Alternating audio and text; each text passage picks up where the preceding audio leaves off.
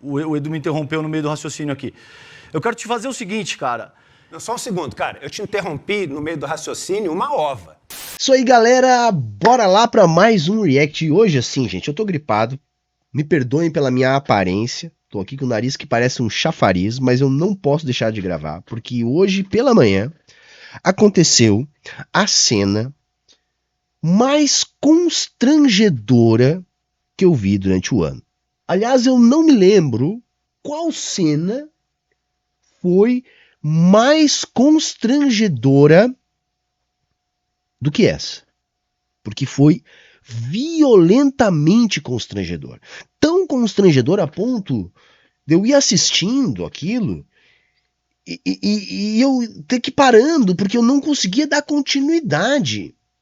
Porque conforme a cena ia se desenrolando, ia aumentando o meu constrangimento por causa da situação e de todos os envolvidos. Eu tô falando de um bate-boca. Vou chamar de bate-boca, porque aquilo não foi debate, foi um bate-boca. Até porque a circunstância era para acontecer isso mesmo. E isso para mim foi uma tremenda falta de respeito. Mas eu tô falando do bate-boca entre o Calejón, o Eduardo Moreira e o Jones Manuel hoje pela manhã no ICL. Eu tô gravando no dia 4 de novembro. Hoje de manhã no ICL. Nós vamos ver aqui todo o trecho. Todo o trecho. Eu não vou nem acelerar para você entender todo o contexto. Todo o contexto. Tá? Para você entender o tamanho da bizarrice que aconteceu. Porque independente se você é lulista ou não, se você está do lado de Jones ou do lado de César Calejón, a situação foi muito bizarra e foi violentamente constrangedora. E tem tantas camadas, tá? Que eu preciso comentar aqui, que tem muita coisa a dizer. Eu sei que todo mundo vai fazer react disso. Não se fala de outra coisa na nossa bolha.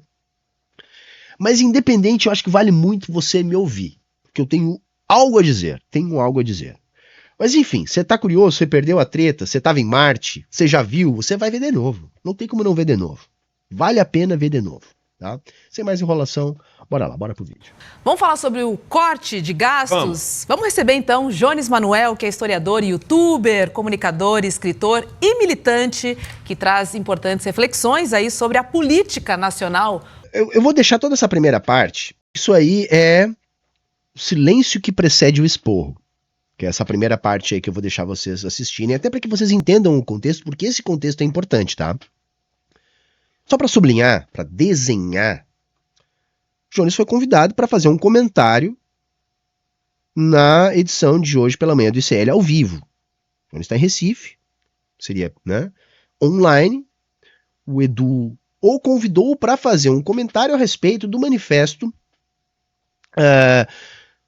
que está buscando fazer a luta contra os cortes que o governo está anunciando fazer, que inevitavelmente vão atingir áreas sociais. Então a ideia era falar de economia, dos cortes de gastos.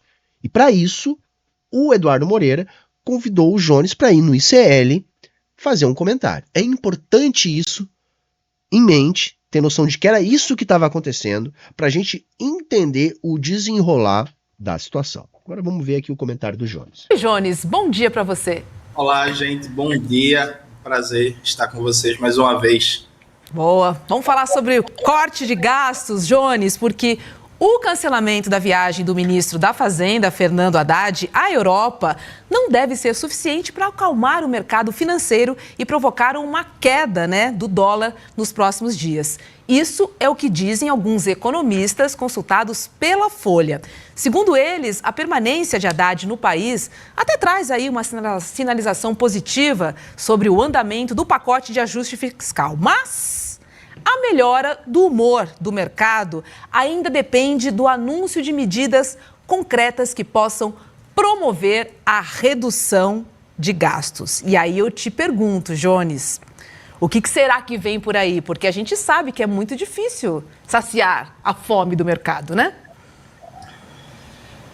Roberta, veja, tem uma piada que circula muito nas redes sociais da época do governo Bolsonaro, que é uma montanha de corpos, né? fazendo uma pilha, e o Paulo Guedes em cima dizendo: chegamos ao déficit zero. E é isso, se todo mundo estiver morto, todo mundo estiver na miséria, passando fome, a gente baixa a inflação e chega ao déficit zero. Veja, eu acho importante, eu estava pegando a fala do Edu, eu acho importante dizer algumas coisas básicas. Assim, o mercado especula, é parte da natureza deles.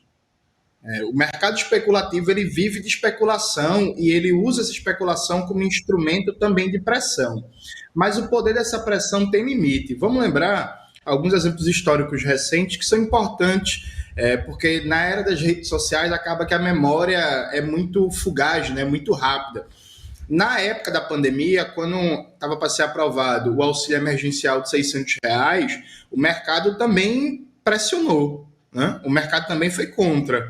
O dólar também subiu, a bolsa desceu. Aquela pressão foi sustentada e rapidamente voltou ao normal. Vejam, uma especulação de curto prazo com alteração no valor do dólar não consegue durar muito, viu?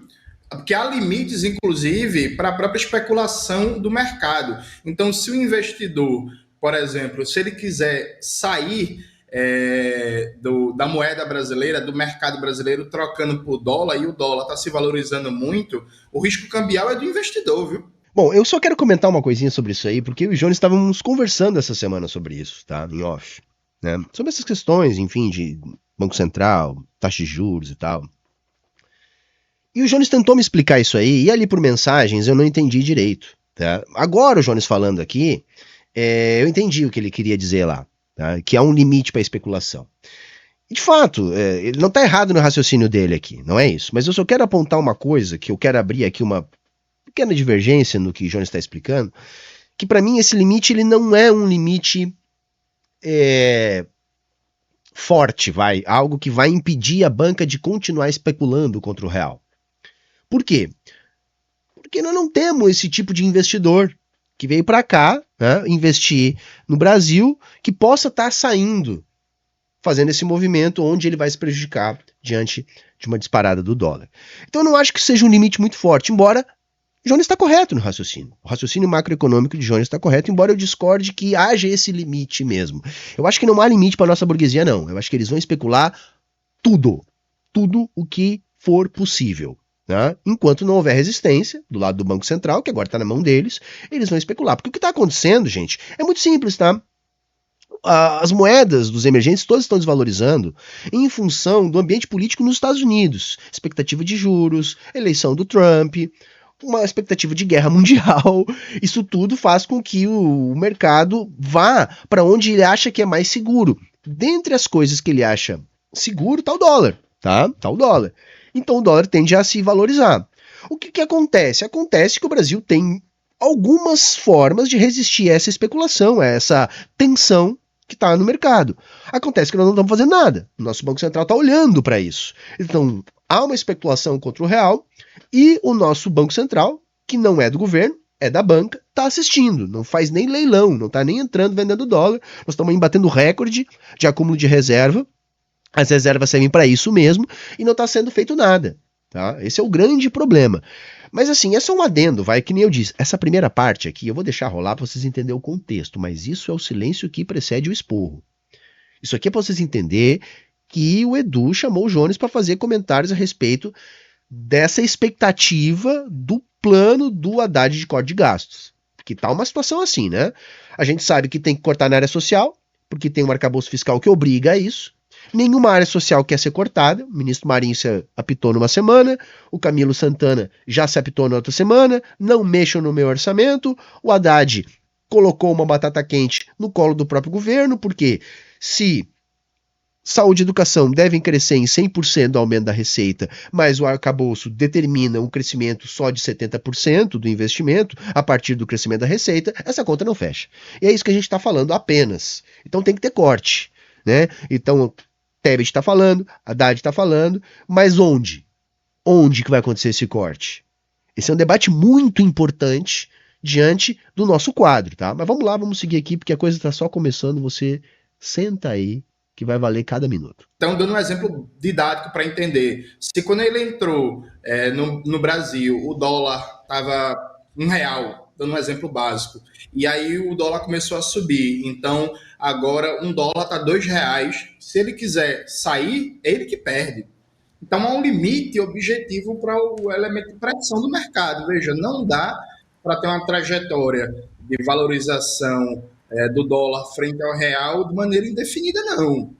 Há um limite objetivo aqui. O que existe é uma pressão política de curto prazo para dobrar o joelho do governante do momento, dobrar a opinião pública, condicionar o debate. É por isso que se usa muito o termo terrorismo fiscal ou terrorismo especulativo, porque é justamente isso. Você faz um terror inicial, dando a entender que o mundo vai acabar e que você precisa, de maneira imediata, atender os interesses disso, senão, né, as praias de Recife vão secar, a floresta amazônica vai morrer, o sol do Brasil não vai nascer mais, e não é assim que funciona. O erro está no governo atuar dentro desta lógica de terrorismo especulativo do mercado e fazer algo que é até mais grave do que o Edu colocou, porque eu acompanho a tua fala, Edu, tu fala do impacto que isso vai ter na base de esquerda, na base progressista, frente ao governo Lula, né? Eu acho até mais grave, Edu, porque, veja, a gente está falando de direitos que a gente conquistou depois de muita luta. Por exemplo, o piso constitucional da saúde e da educação, que o ministro Fernando Haddad está prometendo atacar para fazer caber dentro do arcabouço fiscal, gente, a gente conquistou isso na Constituição de 88, depois de uma década de luta.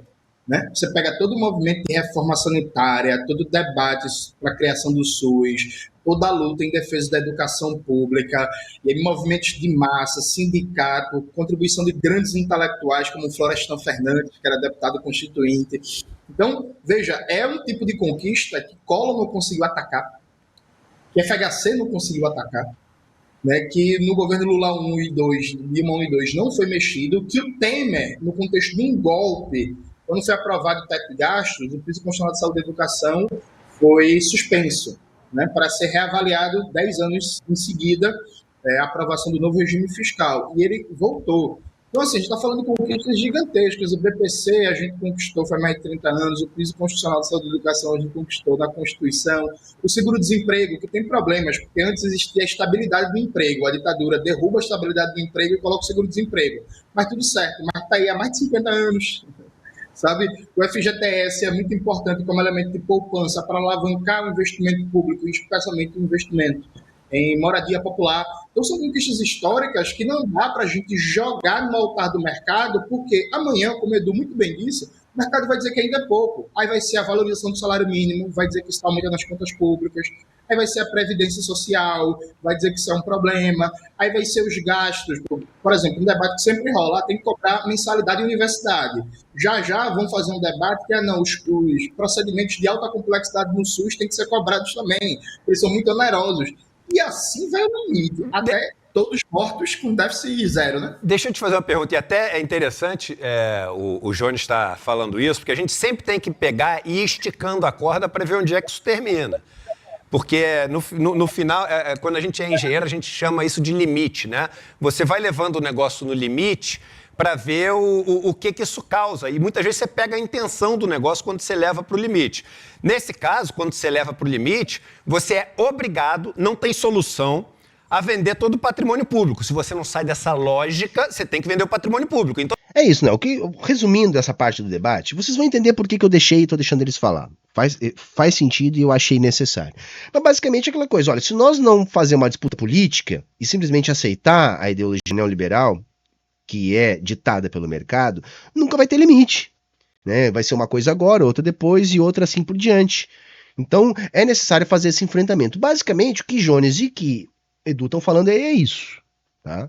Que é necessário fazer um enfrentamento porque esse rebaixamento, ou seja, lutar por pauta mínima, né? Como a gente já sabe, a gente fica sem pauta nenhuma. Então assim, o que eu quero dizer com isso? Isso é tão sério que é o seguinte, não importa se você continua seguindo nessa lógica, tá? Não importa se o próximo presidente vai ser o Lula, se vai ser o João Campos, se vai ser o Eduardo Paes, se vai ser o Tarcísio, se vai ser o Bolsonaro, quem quer que seja vai vender a Petrobras, vai vender a Caixa Econômica Federal, vai vender o resto do Banco do Brasil, vai vender tudo, porque quando você leva no limite, é o único lugar final que você ainda consegue agradar o mercado e dar de comer para ele que quer comer. Mas vamos fazer um exercício aqui bem prático, ô Jones.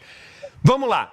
A gente chega e o governo anuncia essa semana cortes assim, naquela de tipo assim, para poder agradar o mercado mesmo. Eles chegam e falam assim, não, vamos fazer cortes aqui que vão surpreender o mercado e a gente gerar uma credibilidade enorme. Quando ele fizer isso, obviamente, ele vai ter que fazer esses cortes e também vai ter que subir a taxa de juros, porque se ele está seguindo, não por causa de uma coisa, por causa de outra, mas porque se ele está seguindo esta lógica, se esta é a lógica que vale, a lógica que vale também quando você está num momento como esse, que o risco aumenta, que você tem o dólar subindo, etc., você sobe juros também. A pergunta é, qual impacto prático no Brasil você pode ter se nos próximos 3 meses esse juro começar a subir rápido, o governo implementar assim uma agenda de cortes acima... Só um adendo. Já estão prevendo uma elevação de 0,5 ponto percentual nessa taxa de juros, que já é absurda e completamente fora do lugar. Já tem cálculo, tá? Com base lá em regra de Taylor, tá? Que já está dando que para atingir a meta de inflação, que é absurda e está absolutamente fora do lugar, você já tem que ter uma taxa de juros aí para lá de 15,5, se eu não me engano. Agora aqui puxando pela memória. O que é absolutamente inviável. Porque lógico que nós temos uma meta de inflação fora do lugar. Se você olhar toda a estrutura de inflação do Brasil ao longo da história, quando que a gente teve 3,5% de inflação, ainda mais no momento de estresse internacional, de inflação internacional? Essa meta está errada sob todos os aspectos. Então você não vai conseguir atingir uma meta que está errada, né? Mas vamos seguir aqui que já vai começar a parte boa. Do que as pessoas estão esperando e, enfim, a gente chegar no final do ano faltando 1 ano e menos de 6 meses para a próxima eleição. Qual o impacto prático que isso pode ter para o nosso futuro político aqui no Brasil? Veja, Edu, o impacto vai ser desastroso, porque, repare, a popularidade do presidente Lula já está baixa, né, gente? Vamos lá, concretamente, a popularidade do presidente Lula hoje é mais ou menos a mesma que o Bolsonaro ao mesmo tempo de governo, sendo que o Bolsonaro estava na época da pandemia matando brasileiros em massa, né? Então o presidente Lula tem o mesmo nível de aprovação que o Bolsonaro à altura de quase 2 anos de governo. Isso já é um sintoma, ao meu ver, muito preocupante. A gente pega outro sintoma muito preocupante. A gente viu nessa eleição municipal que o presidente Lula não conseguiu transferir popularidade, viu, gente? Assim, os candidatos petistas, vamos pegar um caso emblemático. Há na história brasileira uma afirmação que tem base empírica que diz que Minas Gerais tem um papel central em toda eleição presidencial. O candidato do governo federal, que foi o Rogério Correia, e teve com a vice Bela Gonçalves do PSOL, ele ficou em 5% dos votos, gente, em BH, viu? Assim, toda a propaganda dele era Lula, Lula, Lula, Lula, Lula, Lula, Lula. Ele ficou com 5% dos votos.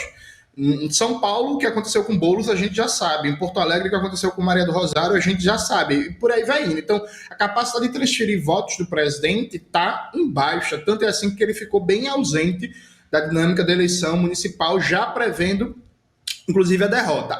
Aí só um adendo também, é que assim, primeiro a gente sabe que na política, esse papo de transferir voto não é bem assim. Pode acontecer como não pode, não é direta a transferência.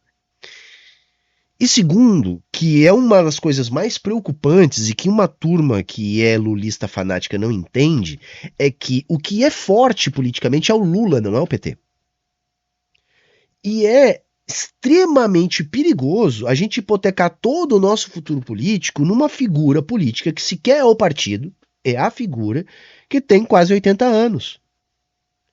É extremamente perigoso isso, tá, gente? Mas vamos continuar, que ainda nem chegou na parte. Imagina, neste momento, em que já há um mal-estar, ainda passivo, mais diluído, uma sensação de que a vida não está mudando a contento, uma sensação correta de aumento do custo de vida. Edu, a conta de luz subiu 5% em setembro. Está em bandeira vermelha até final do ano. A tendência é a conta de luz continuar subindo. Isso tem impacto em toda a cadeia produtiva, em toda a cadeia de preços. A conta de luz está subindo, o gás de cozinha em vários estados, inclusive por causa de refinarias privatizadas, está subindo.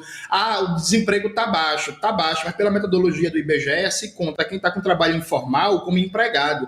Então, na prática, tem 45 milhões de pessoas com carteira assinada, mais 130 milhões de trabalhadores e trabalhadoras em idade economicamente ativa.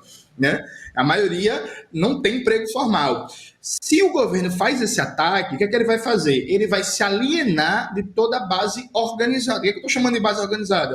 Eu estou chamando de sindicato, estou chamando de movimentos sociais, estou chamando de intelectuais, formadores de opinião na área da cultura, de universidades, de personalidades. Por exemplo, o ex-ministro da Saúde, José Gomes Temporão, que ninguém pode chamar de um comunista radical, ele é filiado ao PSB, né? Antes era filiado ao PMDB. Foi ministro da Saúde durante o governo Lula II, ele assinou o manifesto contra o pacote de corte de gastos promovido pelo Fernando Haddad, e ele afirmou textualmente, literalmente, atacar o piso constitucional da saúde significa matar o SUS. Tem uma Frente pela Vida que reúne um conjunto de entidades nacionais que defendem o SUS, a saúde pública, que estão todas indignadas com o governo, inclusive não só com as medidas, com a falta de diálogo. Então, assim, o governo perde a base social mais ampla, porque não está tendo uma resposta econômica contente, e perde as bases organizadas. Ele fica, como diria o pessoal mais antigo, pendurado na brocha, né? Deixa eu te pedir uma coisa, Agora. Johnny. Deixa que é a hora. Agora. Eu sairia, mas eu não vou sair não, que eu quero continuar mais um pouquinho aqui nesse debate. O Calejão está pedindo para participar também aqui do debate. Isso é muito importante. Se você voltar aqui no vídeo, vocês vão ver o Edu fazendo o sinal. Então tá muito claro, tá? Jones foi convidado para comentar o possível pacote de corte de gastos pelo ICL, pelo Edu. O Calejão é parceiro do ICL, tá sempre por lá, tá na programação, né?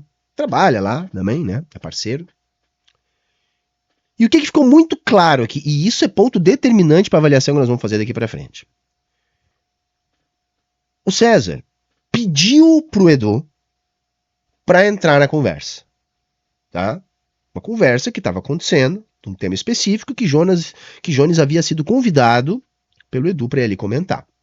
Então o Jones estava ali como convidado do Eduardo e do ICL para comentar um assunto específico.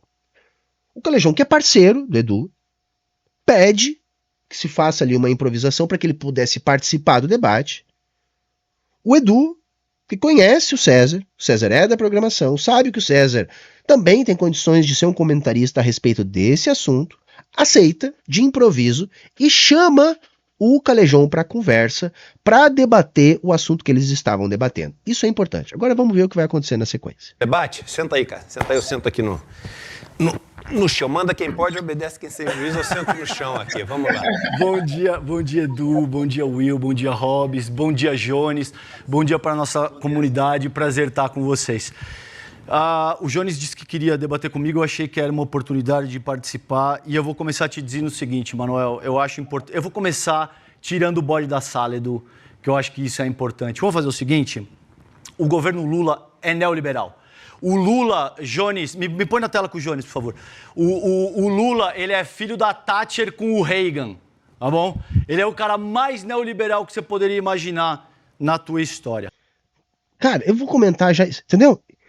Isso aí não foi assim, vamos tirar o bode da sala. Sabe o que foi isso? Ele é filho da Thatcher com o Reagan. Isso foi um deboche. O César pediu para entrar na conversa, sentou ali, usou da boa fé do Eduardo Moreira. Eu não acho que foi a Arapuca armada, não. Eu acho que quem tentou armar uma Arapuca foi o Calejão. Foi o Calejão, porque eles conversaram de debater, eu acompanhei essa história, e quem declinou do debate lá no Vilela foi o Calejão. Agora ele tá negando. Mas foi, tá? Aliás, estratégia MBL.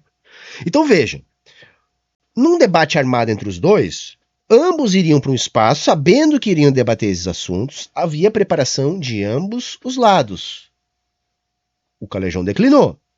Aí o Calejão achou o quê? Eu vou entrar agora aqui, vou pegar Jones de surpresa e vou chegar já com essa provocação. Porque dizer que o Lula é filho do Reagan com a Thatcher, isso não é tirar bode da sala. Isso é um deboche, isso é uma provocação.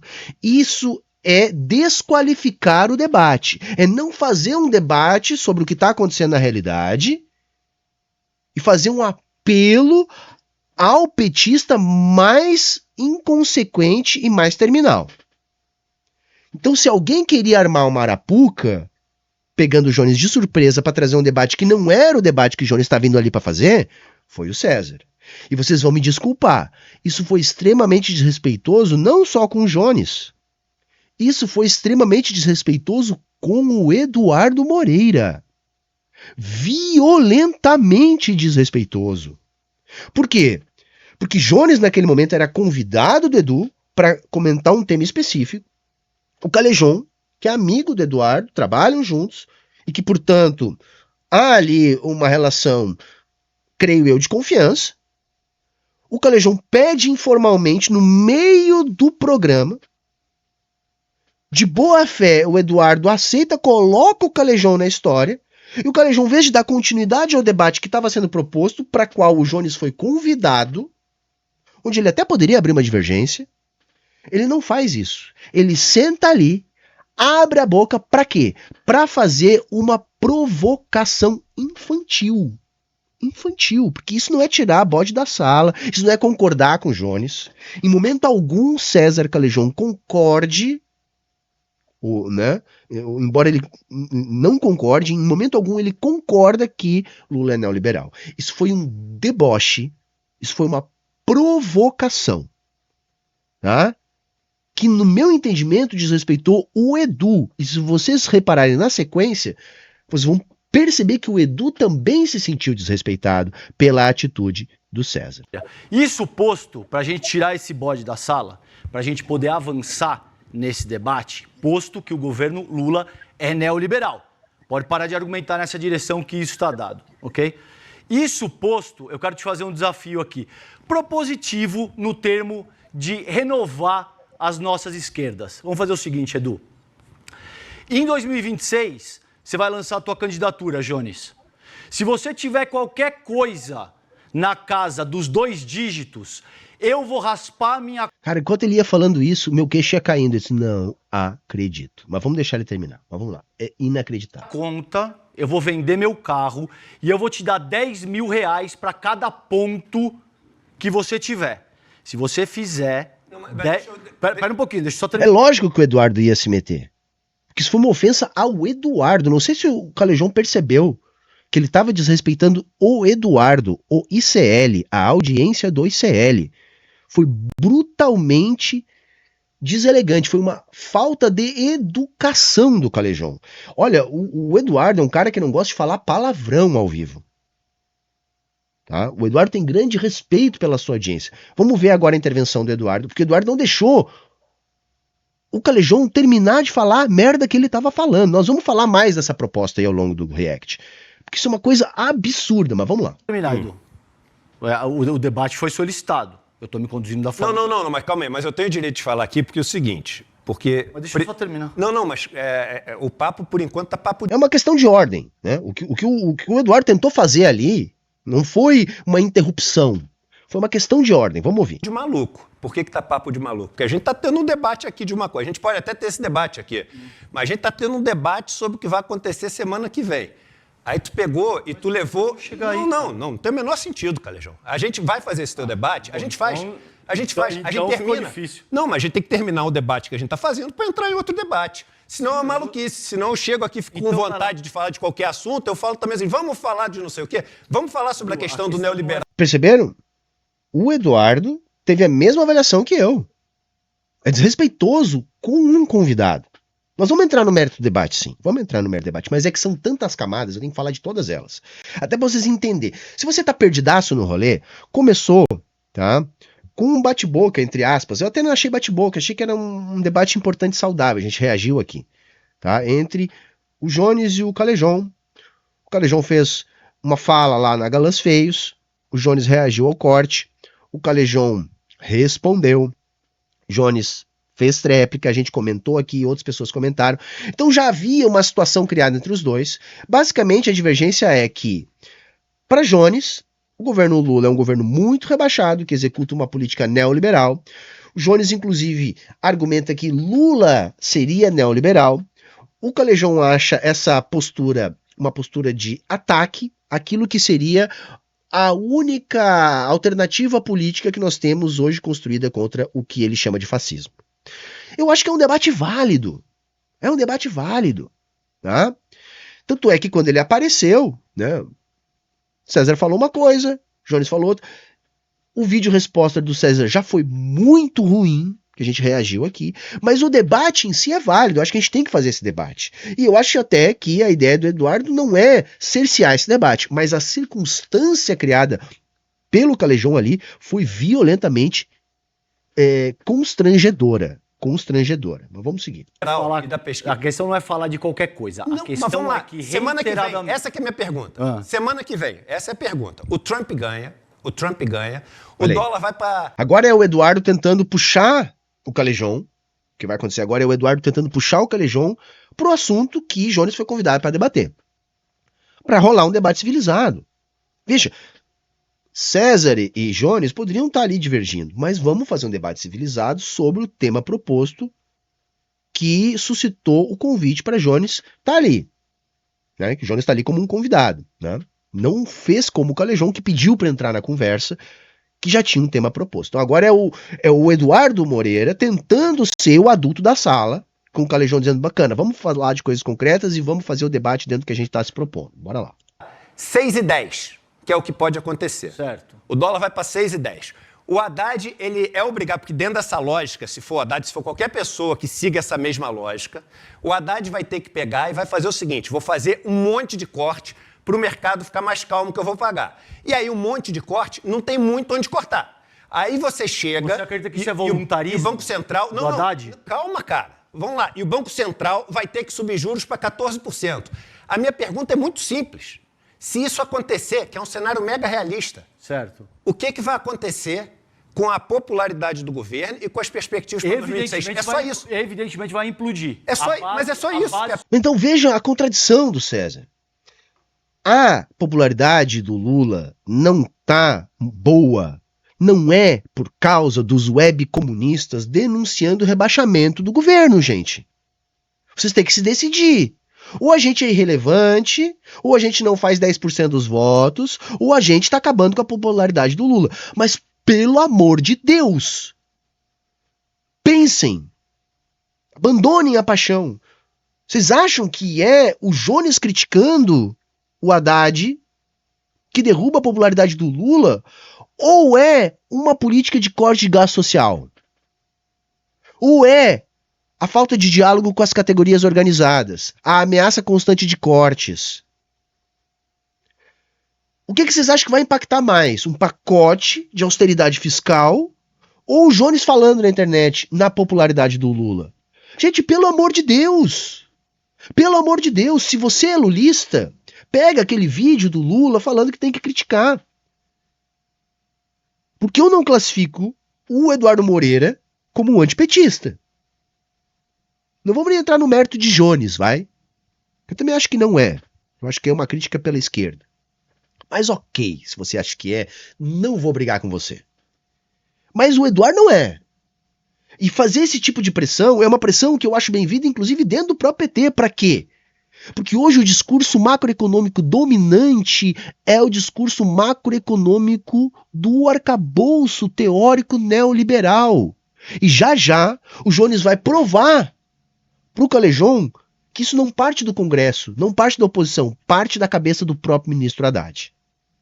E eu acho que o Haddad convenceu o Lula. Mas vamos lá, vamos seguir, porque acreditem, vai piorar e vai piorar muito. Pergunta? Ok, isso está fácil, isso está posto. Isso. E o que vai acontecer? Vai implodir a base social do governo, não tem a menor dúvida. É isso. É só isso. E se implodir a base social do governo, aí a gente entra no debate. O que a gente faz? A gente chora? Edu, não, mas isso está posto. Isso é claro como a luz do dia que vai acontecer, mas de qualquer forma já está acontecendo. E a questão aqui é que reiteradamente a coisa está sendo colocada como se fosse mero voluntarismo do Haddad. Como se fosse mero voluntarismo do governo. Deixa o Jones falar. Pelo contrário. Deixa eu só concluir o meu raciocínio, Jones, para te passar, por favor, porque o Edu me interrompeu no meio do raciocínio aqui. Eu quero te fazer o seguinte, cara. Não, só um segundo, cara. Eu te interrompi no meio do raciocínio uma ova. Eu cheguei, tava... Viu? O Edu ficou brabo, cara. Com toda razão. Saca? O Edu não interrompeu. O Edu colocou uma questão de ordem elementar. E o César tomou ar, cara. O César pediu para entrar no meio da entrevista do Jones, desvirtua o assunto, faz uma provocação infantil, debochada, faz uma proposta que não é uma proposta, é um deboche dizer que o Jones tem que fazer 10%, ou senão vai doar 2 anos da monetização do salário. Isso não é uma proposta, isso é um deboche. E aí tu pensa o Eduardo. Eu tentei me colocar no lugar do Eduardo. Pô, eu tô ali com um convidado. O cara vem aqui e desvirtua o assunto com um deboche. Como é que eu fico? Se eu sou o Eduardo, eu fico puto mesmo, cara. Por isso que ele mandou esse interrompi uma ova ao vivo. O Calejão perdeu a noção. Perdeu a noção. É lógico que o Eduardo ficou incomodado, porque tu pensa, porra, tu pediu um favor, que era eu deixar tu entrar na conversa, que não estava programado para tu participar, para tu debochar do meu convidado. Isso é uma ofensa ao Eduardo, gente. E o Eduardo ficou flagrantemente incomodado com isso, e no meu entendimento, com toda a razão. Estava aqui falando com o Jones, você me pediu para entrar, que não era no horário que você ia entrar. Certo, Eu falei para você, deixou. claro que você pode entrar. Não falei, claro que você pode entrar aqui antes para participar do debate. Aí você entrou e começou a falar, Jones, a gente ia, aquele debate, agora vamos fazer o debate. Mas calma aí, não foi isso que você combinou comigo. Então é o seguinte, se você entrou aqui no negócio, a gente chega, termina esse debate, terminou o debate, aí você pode debater com o Jones o que você quiser. Só não vem nessa de que eu te interrompi, Posso entendeu? concluir o Porque aqui não é raciocínio? palco para poder também. Todo mundo entra aqui e faz bagunça, que não é assim, porra, entendeu? que isso? Ninguém tá Vamos fazendo levar numa bagunça. boa parada. Eu tô colocando uma proposição Entendeu? que o Jones estava dizendo o seguinte, eu quero debater com você. Se eu posso concluir o raciocínio, tudo bem. Se não, a gente Não, segue. você pode debater com o Jones quando você quiser, só que a gente está falando de uma notícia aqui, você está falando de tigrinho, uma pessoa não pode chegar e falar assim, pô, eu quero falar sobre tigrinho, o que você quer falar de tigrinho? Pô, amanhã vai chover, entendeu? Deixa eu te Então, colocar pô, um meu negócio. Agora é um momento que, assim, que o constrangimento foi ficando flagrante. Reparem no tom de voz do César Calejão. Ele murcha e fala assim pra baixo. Sabe, agora eu vou dar uma de metaforando aqui, mas assim, nesse momento do vídeo, primeira vez que eu assisti, foi de um profundo constrangimento. Profundo constrangimento. Que postura mais constrangedora. Que postura mais constrangedora. Que horror isso. O que está sendo dito reiteradamente é que o governo Lula é neoliberal. Que ele não faz, ele não se conduz da forma... Eu falei isso. Não, pera um pouco, cara. Tô te dizendo, o Jones vem reiteradamente dizendo isso.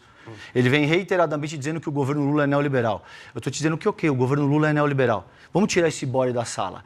Qual é a alternativa que a gente tem? Porque aí vai se dizer que eu tô... Sabe, isso é uma infantilidade. Por quê? Porque ele não acha o governo Lula neoliberal. Ele não quis fazer esse debate. Isso foi só uma provocação. Filho da Thatcher com o Reagan. Puta que o pariu, mano. Vamos lá, vamos lá. E a proposta, então, também não é uma proposta, é uma outra provocação. Mas essa eu vou falar daqui pra frente. Vou falar. Criando um espantalho, porque se não votar no governo Lula, a extrema-direita volta. O que eu estou dizendo aqui, Jones, é que é hora de transcender o discurso e adotar um compromisso prático. Comprometa-se a se candidatar em 2026 e se você tiver qualquer coisa acima de 9%, eu vou investir na sua candidatura. Eu vou pegar, eu vou raspar tudo que eu tenho de dinheiro e vou colocar R$10.000 para cada ponto percentual que você fizer. Se você não alcançar, presta atenção, se você não alcançar sequer os 9%, você doa 2 anos de monetização do seu canal para as cozinhas solidárias, que é um movimento que eu aposto, que eu Isso é um apoio. papo meio maluco. Então ninguém, vamos lá. Conseguir 9% do Brasil deve ter conseguido, 10 pessoas devem ter conseguido isso na história das eleições democráticas. Então esses 10 podem fazer crítica, o resto do país não pode fazer Não, crítica? todo mundo pode criticar. Atacar sistematicamente o único projeto que a gente tem para fazer um enfrentamento à extrema-direita em 2026 é um erro. Criticar é uma coisa, Edu. Atacar sistematicamente é outra. Eu quero ouvir o Jones se você aceita o desafio que eu estou absurdo. propondo ou se não. Cara, 10% numa eleição presidencial. Olha só o que ele tá. Olha só. Olha o tamanho do absurdo do Calejão. Que partido que Jones teria que estar filiado para ter um orçamento, sei lá, de 5 milhões ou 6 milhões no mínimo, para pleitear 10%? Onde é que vai sair isso? Qual o partido que vai aceitar? Saca? Cara, isso é bizarramente infantil. Então hoje eleitoralmente, o Lula é o que nós temos de mais forte, então quer dizer que nós não podemos visar construir nenhuma outra alternativa a isso, porque a gente não consegue fazer 10% dos votos, porque não tem um partido com ampla base de deputados, com muito dinheiro, com espaço de TV e tudo mais que é necessário para tentar fazer 10%. Eu também acho que o Jones tem que se candidatar. Ontem ainda eu fiz um vídeo dizendo que eu achava que o Galo tinha que se candidatar. Eu me candidatei, Jones se candidatou, eu defendo a candidatura do Santinelli, defendo que o Ian se candidate, defendo que Laura Sabino se candidate, eu defendo que todo mundo que está aqui comunicando e que tem alguma projeção se candidate. E se eleger, melhor ainda. E outra, eu defendo que a gente se candidate para tentar se eleger. Não é só para disputar, não é só para, né, aproveitar. Não, é para ir às ganhas. Mas não significa que nós vamos conseguir. Foi o que eu disse ontem no vídeo, quando eu comentei a entrevista do Galo lá pro UOL. Eu disse, olha, o Galo devia ir para ter essa experiência. Isso faz a gente crescer, faz a gente ver a política por dentro, ver a disputa interna dentro do partido. Toda a trairagem que acontece dentro dos partidos, os boicotes. A gente vê como é que acontece a campanha de rua, o convencimento, o clientelismo. E a gente vê quantas pessoas a gente consegue mobilizar. Diante de todas essas adversidades, eu, por exemplo, com 20 e poucos mil aqui no estado, que eu ganhei do partido, mobilizei 8.200 e poucas pessoas a sair de casa no domingo para votar em mim. Eu precisava de 40 mil votos para se eleger. Quer dizer, não fiz nem um quarto. Eu me arrependo? Não. Não, eu acho que é uma experiência válida, que Jones também teve, e que eu defendo que a gente faça. Eu defendo que Jones se candidate daqui a 2 anos, se ele conseguir. E eu tenho certeza que ele quer, porque ele pensa nesse sentido, acho, mais ou menos que nem eu, que a gente tem que tentar assim. Mas olha a proposta, cara, isso não é uma proposta, isso não é factível. Não é factível. O Jones não tem como aceitar isso. Porque isso não é factível, é impossível que isso aconteça. Então isso é uma não proposta, é um deboche. É um argumento do tipo assim, olha, se você não é competitivo que nem o Lula, não fala mal do Lula. Aí é lógico, o Eduardo Moreira, puto, falou, mas peraí, você tá maluco, cara? Então quer dizer que 10 pessoas na história pode criticar o Lula, porque 10% na eleição presidencial é difícil pra caramba. Aí eu falei, não, mas veja bem, criticar pode, você não pode atacar sistematicamente.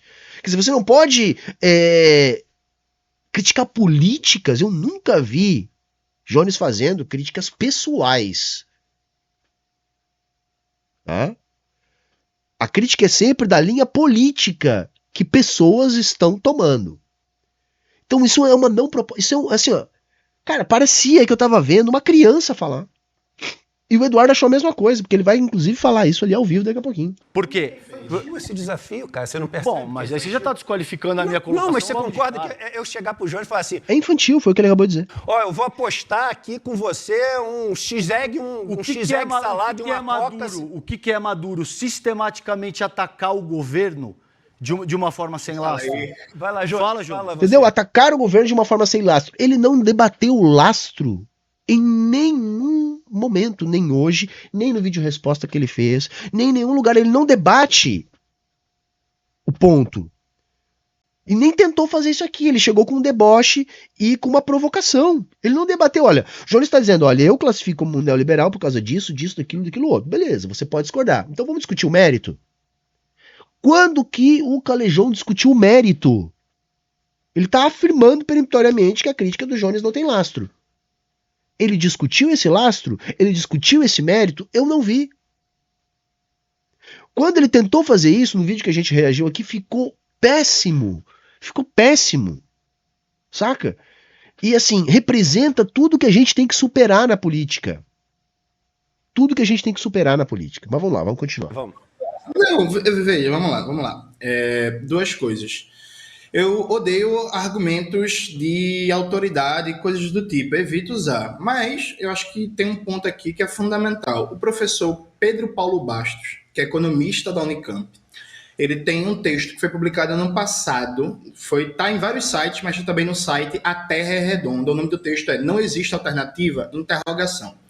Nesse texto, ele faz uma análise de toda a condução da política econômica do Ministério da Fazenda e todos os discursos do Fernando Haddad, mostrando que há uma convergência teórica, política e tática entre a visão macroeconômica da mal chamada Faria Lima, do Roberto Campos Neto e do Fernando Haddad. Os argumentos estão postos lá em detalhes.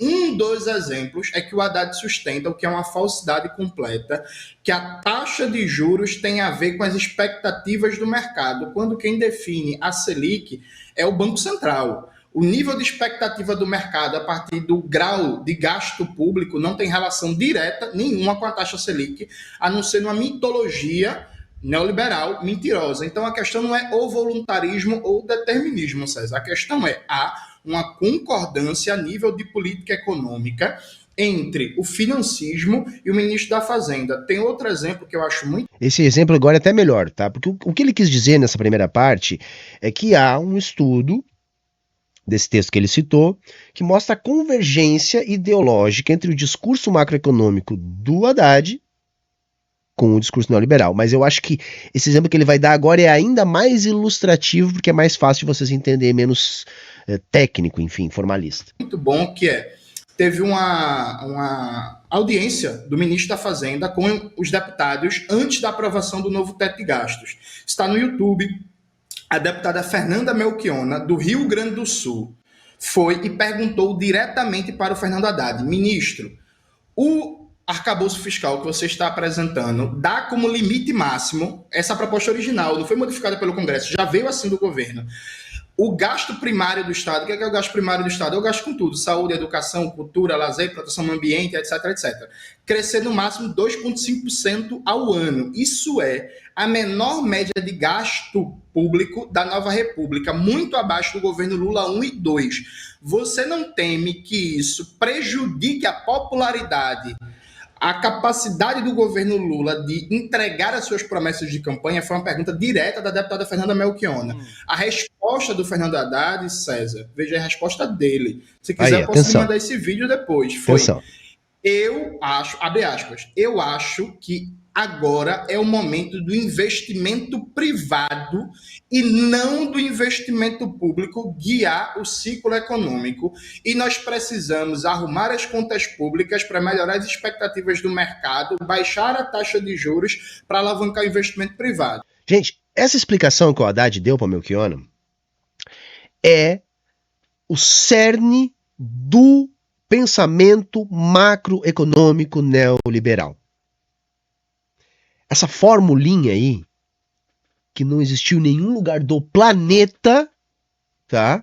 É o cerne da literatura macroeconômica neoliberal. A resposta do Haddad para Melchiona, ela foi tão brilhante, porque não deixa dúvida de qual é o entendimento do Haddad sobre macroeconomia. E esse entendimento é ipsis literis, o entendimento que poderia ter saído da cabeça do Marcos Lisboa, do Samuel Pessoa ou do Campos Neto. Vocês estão entendendo? Jones, neste momento, desenhou para o Calejón, a partir de palavras da boca do Haddad, que o Haddad defende o modelo macroeconômico que é a base do pensamento neoliberal, que nunca foi aplicado nem no passado, nem no presente, e que, portanto, não existe no mundo real. Só existe na literatura neoliberal. César, a leitura de política econômica que diz que o centro do ciclo econômico será o investimento privado e que nós precisamos fazer arrumações institucionais para decolar o investimento privado, o nome disso é neoliberalismo. Foi o ministro que disse. O ministro, inclusive, na prática, ele criticou os governos Lula passado, porque ele disse que o investimento público teve muito protagonismo e que a questão é alavancar o investimento privado. Aí eu chamo outra pessoa, inclusive, que ninguém vai chamar de comunista, nem nada. Você pega o livro da Laura Carvalho, né, a Valsa Brasileira, você vai ver todo o debate em relação à disputa entre o protagonismo do investimento público e do investimento privado, especialmente no governo Lula 2. Então, assim, isso é fala do ministro. Isso por um lado.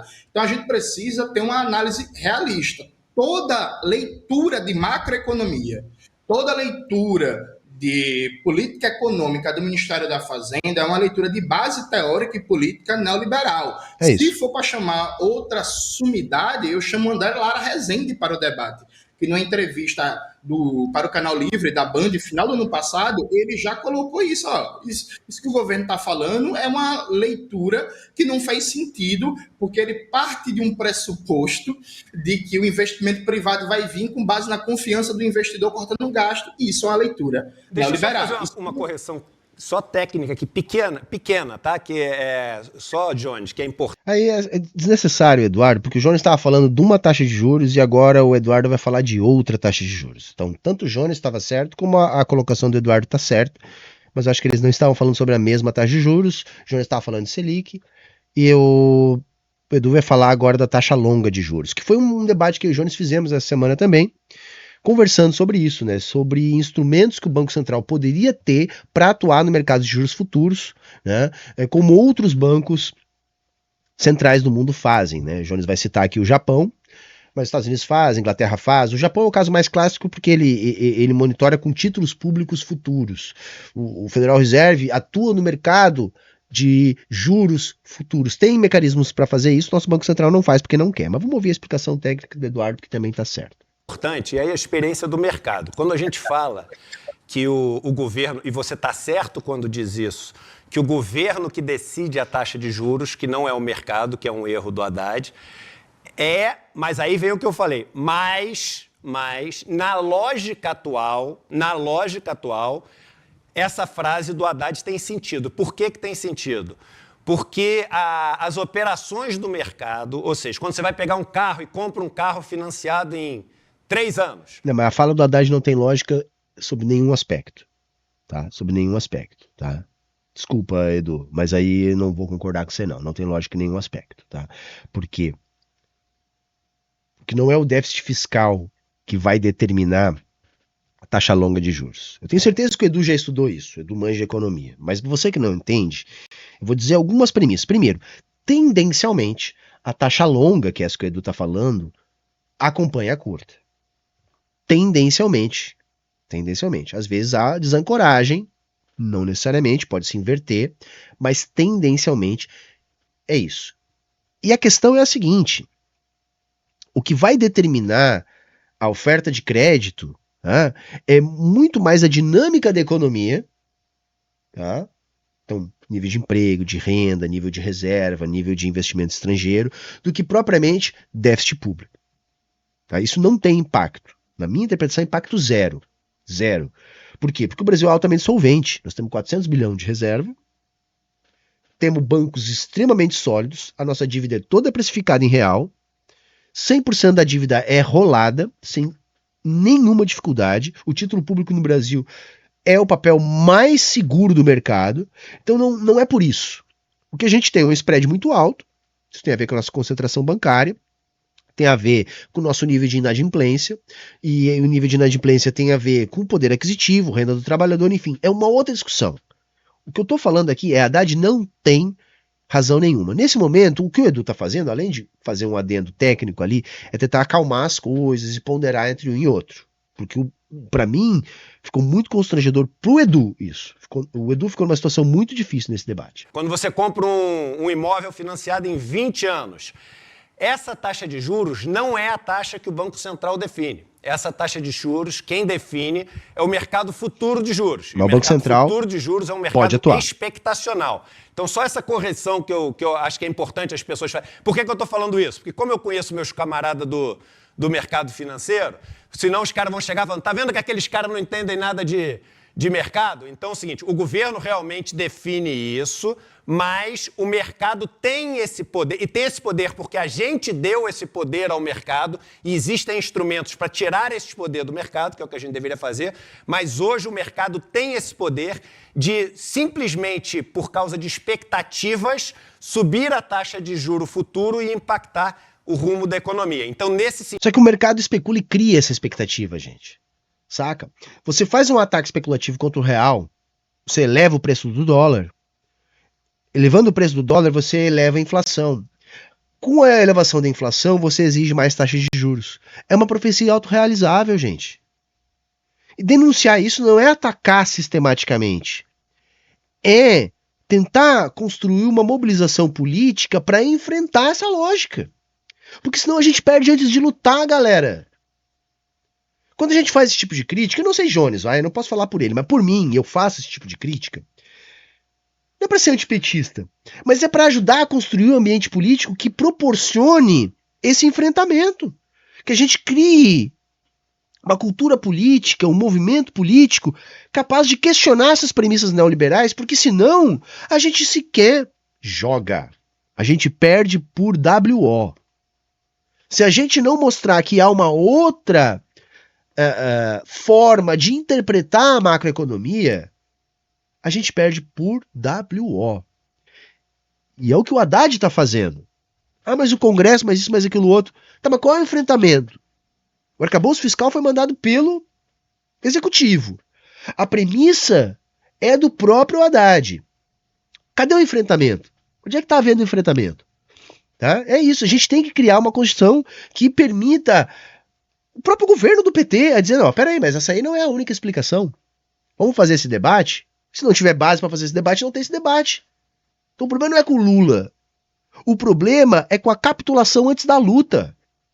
É presumir que a única explicação macroeconômica é a explicação neoliberal.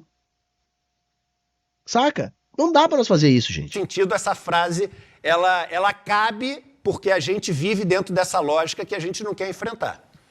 Perfeito, Edu. Mas assim, o mercado ele não consegue definir o preço dos juros para os títulos da dívida pública e os títulos que são os LTN, o mercado ele consegue ter uma precificação nisso, mas também por um erro de política institucional neoliberal desde o FHC, que é o banco... Ele consegue, mas você deveria enfrentar esse poder do mercado conseguir fazer isso, porque quando você... Eu não sei, tá? Eu desconheço legislação brasileira que proíba, por exemplo, o Banco Central de atuar no mercado de juros futuros.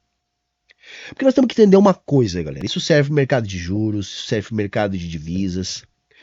O nosso mercado de capitais, olhando para a totalidade do planeta, ele é muito pequeno, sabia? A Bolsa de São Paulo, ela é desse tamanhozinho assim, ó, comparado às grandes bolsas do mundo. O volume transacionado diariamente ali é desse tamanho. E nós temos um Banco Central, tá, que tem um porrete enorme, que é quase 400 bilhões de dólares em reservas. Os liberal, inclusive, falam mal disso, porque o custo de carregar essas reservas é alto. Inclusive, já fizeram campanha para nós se desfazer de parte dessas reservas, que eu sou contra. Então, se o nosso Banco Central interviesse no nosso mercado, seja no mercado de câmbio, seja no mercado de juros futuros, negociando títulos futuros no mercado futuro, o nosso Banco Central ele precifica dólar, ele precifica toda a estrutura a termo da curva de juros. É possível fazer isso. Não é, eu vou repetir o que eu já falei esses dias, não é câmbio fixo. Mas é o seguinte, está havendo uma tensão internacional, está havendo uma onda especulativa contra o real, o Banco Central entra, fazendo leilão, fazendo swap.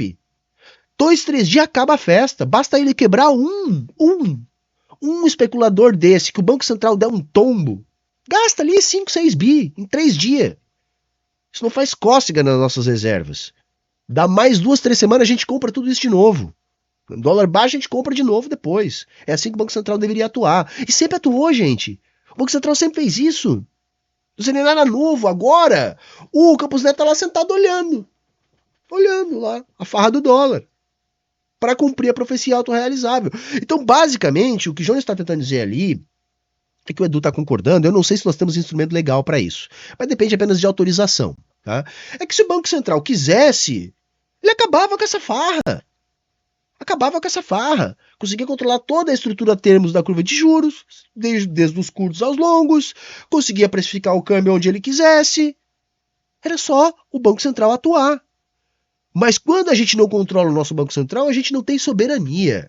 Não tem como governar. Vamos falar no português, bem claro. Não tem como governar um país capitalista se você não controla a sua moeda. E se você não controla o seu Banco Central, você não controla a sua moeda. Não tem soberania. Abrir mão da soberania monetária é abrir mão da soberania. Quando a gente entregou o nosso Banco Central para Faria Lima, acabou, não tem como governar o Brasil. Agora, já que o governo Lula não enfrentou isso, que era uma luta difícil, vamos torcer, vamos ser otimistas aqui, né? Ele está indicando o Galípolo, ele não vai mais poder dizer que o problema é o bolsonarista do Banco Central, agora vai ser um lulista. Mas já que não houve esse enfrentamento, bacana, pelo menos nos 2 últimos anos, nós vamos ter o nosso Banco Central de novo, então o governo Lula vai poder governar. Eu espero que o Galípolo já entre acabando com essa farra do dólar. É 3 dias, gente. 3 dias que o Banco Central entrar vendendo, ele quebra quem tá nos atacando. Porque ninguém pode com um Banco Central poderoso que nem o nosso. Que a dívida é em real, que tem reserva à vontade. No mercado de capitais que é desse tamanhinho. O Banco Central entra e acaba com a farra. A farra tá acontecendo porque o Campos Neto tá olhando. É isso, tá, gente? Mas vamos continuar. Você dá para ele esse poder, você se torna para sempre o refém, que tem que fazer o que o cara quer, entendeu? É isso que eu ia falar, porque, por exemplo, o Banco Central do Japão, ele precifica a taxa de juros de todos os títulos, Isso. de curto, médio e longo prazo. Aqui no Brasil, a gente tem uma dinâmica de funcionamento do Banco Central, que é parte do modelo neoliberal, que o Banco Central é omisso na regulação da taxa de juros dos títulos de longo prazo e deixa a livre especulação do mercado. Aliado a isso, a gente tem um mercado de câmbio ultra desregulado, também outro legado neoliberal que o economista Pedro Rossi vive debatendo sobre a necessidade de a gente ter um processo de regulação maior sobre o mercado de câmbio para reduzir a capacidade de ataques especulativos na economia brasileira. Então tem uma série de debates aqui para fazer sobre as mudanças no Banco Central, sobre as mudanças no mercado do câmbio e, no limite, o maior controle da conta de capitais, que, de novo, é um legado neoliberal do FHC que está mantido até hoje, que ninguém mexe na conta de capitais do Brasil. Agora, veja, isso por um lado. Por outro lado, agora respondendo diretamente a pergunta do César. Veja, César, eu dei uma entrevista para a Rádio Jornal no dia da votação do segundo turno, né? Querido Marcelo, radialista muito famoso, respeitado aqui de Pernambuco. E o Marcelo me perguntou se eu serei candidato em 2026 ao quê? E aí foi que eu respondi ao Marcelo, não é demagogia, não é fugindo da pergunta, não, é o que eu acredito mesmo. Eu respondi ao Marcelo, querer ser candidato, eu quero, e não é segredo para ninguém, que eu gostei muito de disputar a eleição, eu acho uma experiência muito importante, eu acho que é fundamental politizar e disputar esse espaço. Dito isto, eu respondi para o Marcelo, em Pernambuco, a nossa prioridade, e falei o conjunto de lutas que o PCBR está tocando no Estado, como em relação ao transporte público. A gente está tocando aqui uma campanha caro, lotado e ruim para incidir no transporte da região metropolitana de Recife, que Recife, não sei se tu sabe, tem um trânsito mais lento do Brasil, né? A mobilidade urbana de Recife é pior que a de São Paulo. Ficou a informação aí para quem não conhece Recife. Então eu te responderia a mesma coisa. Veja, 2026... ele é um processo até lá, né? O que vai acontecer no final do ano, o que vai acontecer em 2025, o que vai acontecer em 2026, tem impacto direto. Gente, o Jones está tentando formar um partido. O PCBR não existe formalmente. Eles têm que colher milhares de assinaturas, têm que formalizar tudo. Sabe, é bizarra a proposta do Calejão. É uma não proposta. É uma não proposta. Isso não é sério, saca? Que não foi sério. Foi uma provocação o que o Calejão fez. E mais uma provocação infantil e desrespeitosa em relação ao Eduardo Moreira, que estava ali com um convidado. Tá? Eu torço muito pro PCBR que ele consiga. Tá? Consigam formalizar, que Jones se candidate. Eu sei que Jones tem pretensão, enfim. Torço muito. Mas é um processo difícil, galera. Ah, não, mas se candidato faz 10%, o que é? O Jones vai entrar no MDB amanhã? Vai ganhar 10 milhões, 6 milhões, 5 milhões, 8 milhões para concorrer? Ou vai ser os 10 mil por ponto percentual que o Calejão vai dar pro Jones, que o Jones vai fazer a campanha dele? Ah, galera, vocês desculpem, não tem como não coringar. Não tem como não coringar, entendeu? Ah, eu vou te dar 10 mil por cada ponto percentual. Entendeu? E aí esses 10 mil, o Jones vai fazer a campanha para presidente, vai fazer 10% dos votos? Puta que eu pariu, vocês vão ter...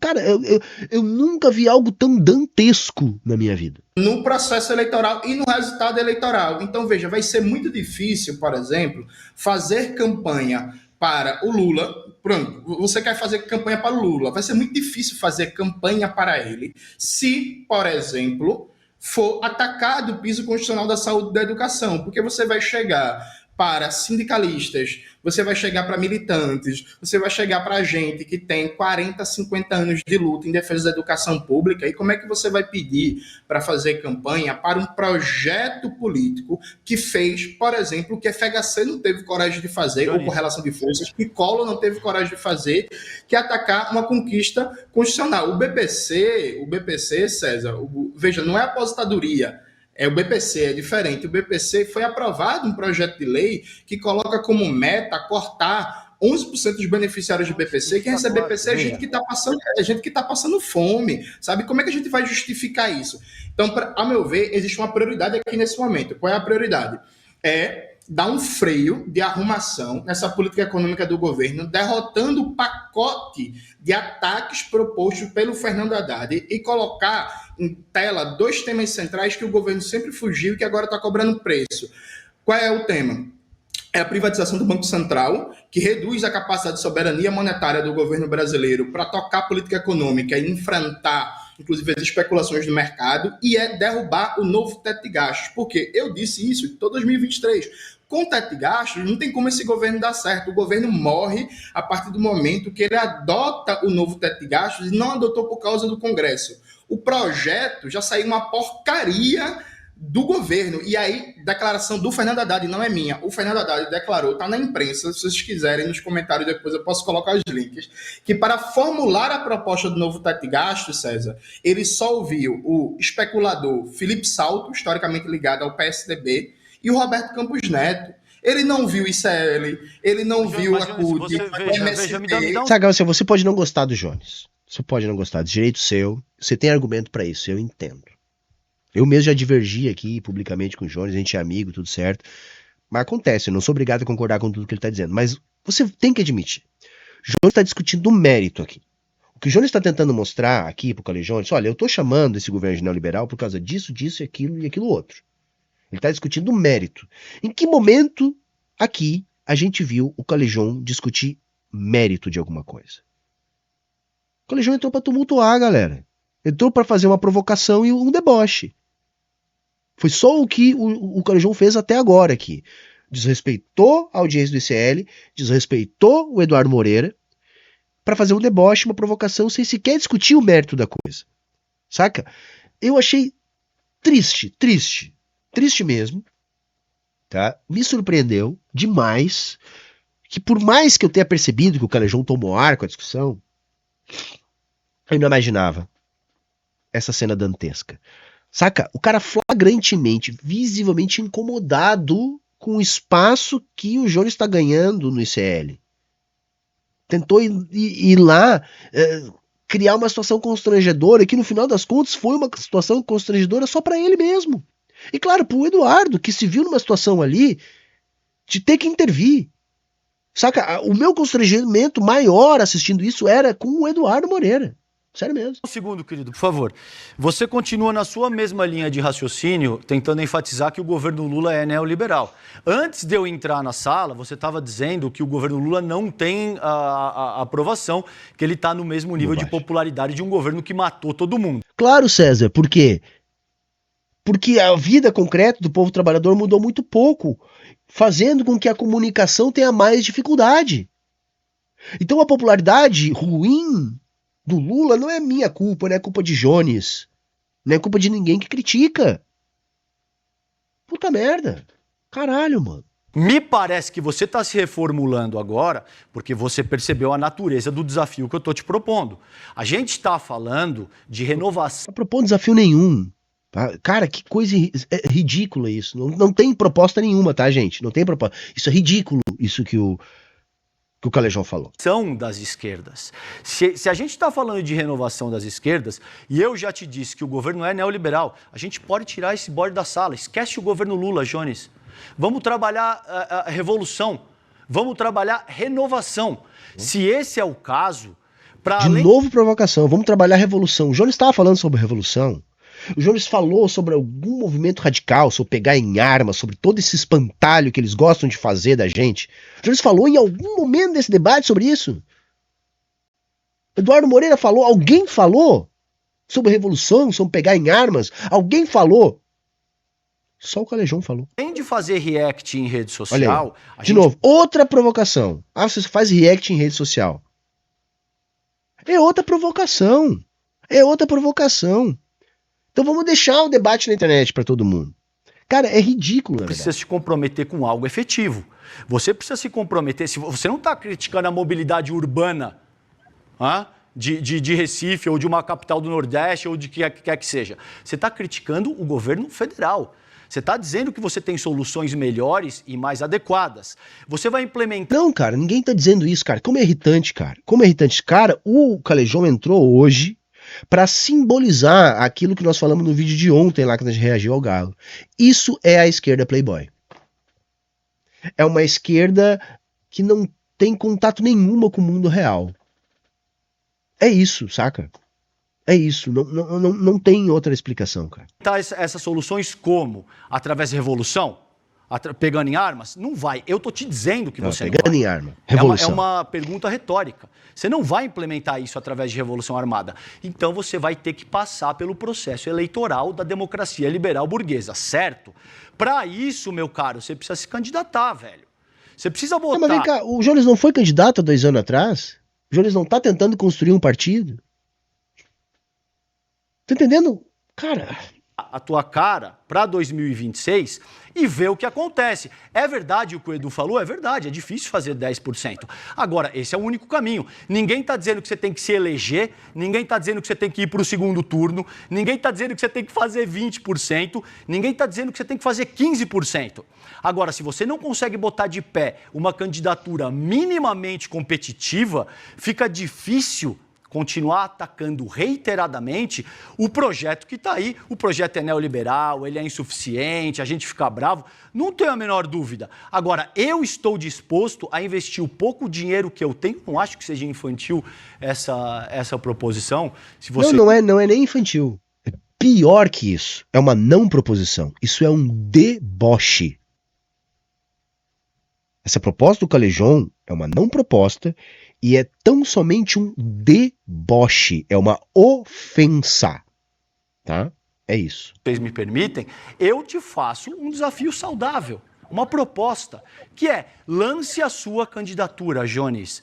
Se você fizer qualquer coisa acima de 9%, eu vendo meu carro, raspo tudo que eu tenho de dinheiro e coloco 10 mil reais por cada ponto que você fizer.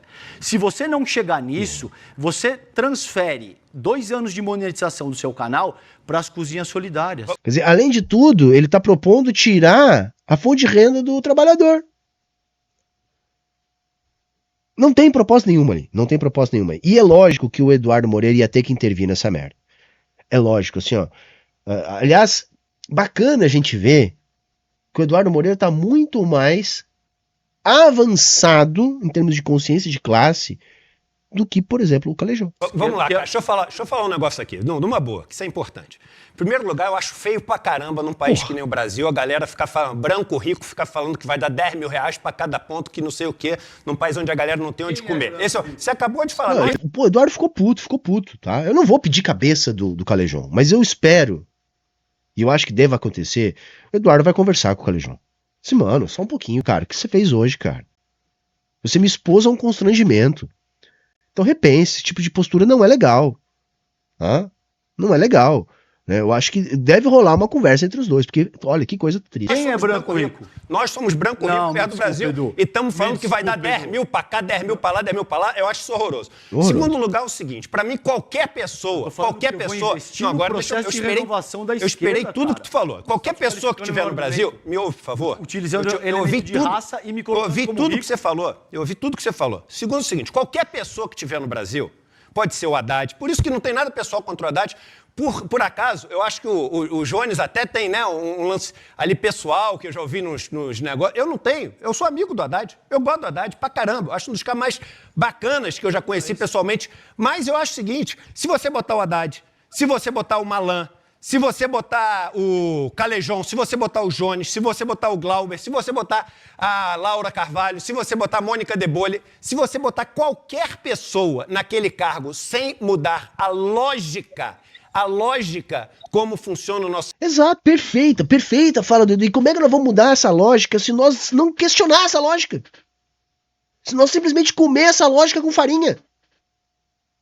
Então ninguém pode falar, ó galera, olha só, isso aqui é uma visão de macroeconomia neoliberal. Quem sabe nós vamos pegar e vamos começar a falar de outra visão de macroeconomia, para pelo menos mostrar que há esse debate. Cadê os nossos que estão falando? Gente, eu já me decepcionei com tanta gente, que em troca de um cargo no governo, apagou tudo que dizia em anos de produção. Saca? É uma decepção enorme. E aí não tem questionamento nenhum, sabe? A gente não pode fazer luta política nenhuma. É uma imobilização da crítica. É absurdo, gente. sistema. O que é a lógica? Na mão de quem que está a dívida pública? 90% na mão dos bancos de investimento, dos fundos de pensão e dos investidores estrangeiros. Como que nós vamos fazer isso? Por exemplo, fazendo uma caderneta de poupança competitiva, onde em vez de botar CDB em Banco Master e nesses outros bancos, Cara, que lapada, meu. Que lapada, mano. você capta 2 trilhões de reais pagando 90%. Lula não faz. Porque, meu irmão, tu vai ter que entrar. Porque pra fazer tem que enfrentar, Calejão.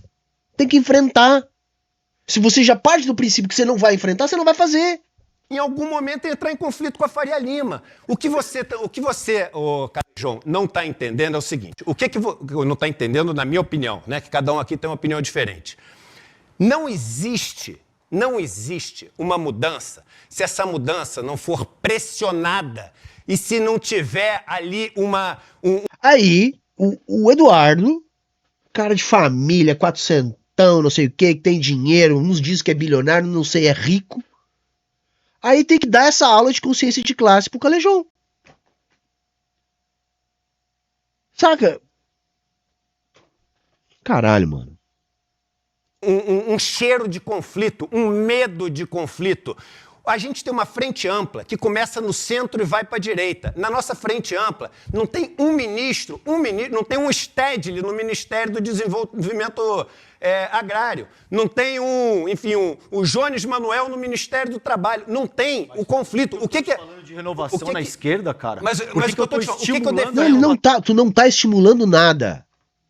Tá? Tu tá tomando um pito ao vivo do teu chefe, a coisa mais constrangedora que eu vi esse ano.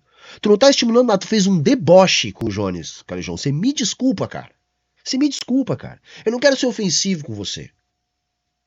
Mas você não fez proposta nenhuma, você não tá investindo em renovação nenhuma, você fez um deboche com o Jones. A sua proposta foi debochada. Você sentou nessa cadeira, você abriu a boca, a primeira coisa que saiu da sua boca foi um deboche. Renovação na esquerda? Eu defendo. Assim, a opinião do Eduardo é diferente da do Calejão, a opinião do Calejão é diferente da do Jones. Mas a única coisa que eu tenho muita, assim, convicção é o seguinte: se a gente não apostar minimamente no conflito, a chance de mudar é zero. É zero. E a gente tem um presidente, Lula, que é um cara que está, assim, em termos de personalidade, remando sozinho. A gente não consegue vislumbrar uma pessoa que o substitua com o carisma que ele tem, com a popularidade... Mas aí que tá, mas isso é um problema, porque o Lula pode chegar na próxima eleição e falar o seguinte: olha, eu não vou me candidatar. E se a gente tem, uma mobilização social de 10% de pessoas que estão insatisfeitas, mas estão acolhidas dentro da esquerda na sua insatisfação, isso decide uma eleição a favor de quem o Lula indicar, por exemplo. Porque você acolheu essas pessoas. Você deu para essas pessoas um lugar onde elas falam: caramba, realmente eu estava insatisfeito com isso e eu não tenho os 10%. Eu não vou... Sabe por quê? Sabe por quê? Desculpa interromper, mas é que, cara, vai me dando uma agonia. Sabe por quê que esse tipo de postura é a esquerda playboy? Sabe por quê? Porque ataque a BPC, porque ataque ao SUS, porque ataque à escola pública. Isso é uma coisa menor pra essa turma, entendeu? Essa turma não consome essas coisas, essa turma tem plano de saúde, tem escola privada, essa turma não depende de BPC. Então fica uma luta abstrata pra essa gente, não... Galera, tudo bem, isso é um mal necessário, porque senão o Bolsonaro volta. Isso é um mal necessário porque não tem conjuntura. Só que pra nós que dependemos do SUS, da escola pública, saca? Isso não é uma coisa menor. Isso não é algo que a gente possa negociar. Não poderia ser pauta de negociação isso. E outra, isso implode a própria base eleitoral da esquerda. Aí depois a galera fica que nem um Pikachu surpreso. Nossa, por que o PT não elege mais ninguém? Cara, acabou com o funcionalismo público. Não tem mais concurso. Privatizaram tudo. Fizeram o mesmo discurso macroeconômico defendido pela direita mais tacanha neoliberal. Aí depois fica, nossa, o que tá acontecendo? O Lula é uma figura política muito forte. E é lógico que eu gostaria, isso não vai acontecer, mas eu gostaria que o Lula utilizasse o seu capital político, que é gigante, histórico, para tensionar esse debate. Só que aí não. Aí tu tem uma turma que, em vez de forçar a mão nesse tensionamento, utilizando a figura política gigante que é o Lula, porque quem é poderoso é o Lula, não é o PT. O Lula morreu, amanhã o PT vira o PDT, um partido de aluguel, de centro-direita. É isso. O Lula morreu hoje, amanhã o PT é o novo PDT. Porque não é o PT, é o Lula. Lula tem méritos, tem uma história, tem um comprometimento, tá, uma figura gigante que mobiliza afetos. E aquela pessoa que ia votar no Bolsonaro, quando o Lula é candidato, vota no Lula. Mas se o Lula não for, vota no Bolsonaro. Ah, Humberto, mas o Bolsonaro transferiu os títulos. Não transferiu. Não transferiu os títulos e os votos. Não fez isso. Isso é o bolsonarismo. E o bolsonarismo é o fascismo do nosso tempo, que sobrevive fácil sem o Bolsonaro. Não é a mesma coisa o petismo. Não é. O Bolsonaro morrendo amanhã, vai ter alguém no lugar dele. Por quê? Porque o ambiente tá fascistado. Alguém assume isso.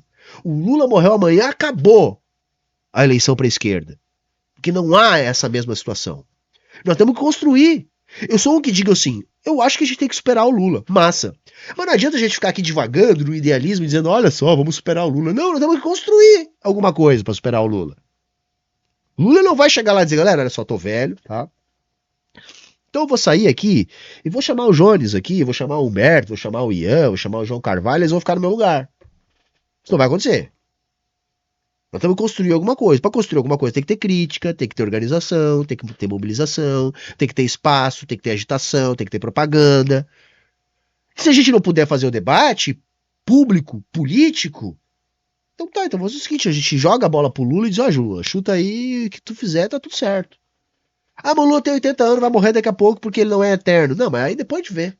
Porque agora, salve Lulinha. Ah, cara, não dá, na boa, não dá. Pagar 10 mil reais pra cada ponto que eu consegui, eu não sei o quê. Mas eu tô, irmão, eu tô aqui num lugar que me acolhe e que ainda acredita na utopia. E é desse lugar, se eu não tiver opção, que eu vou votar no Haddad, se ele for o candidato do Lula. Eu tenho certeza que o Jones, se só tiver o Haddad e o Bolsonaro, o Jones vai votar no Haddad. Vai votar no entendeu? Haddad, Jones? Claro que vota. Vai votar no Haddad? Haddad e Bolsonaro. Você vai... Jones fugiu da pergunta. Eu responderia, tá? Num segundo turno eu votaria no Haddad.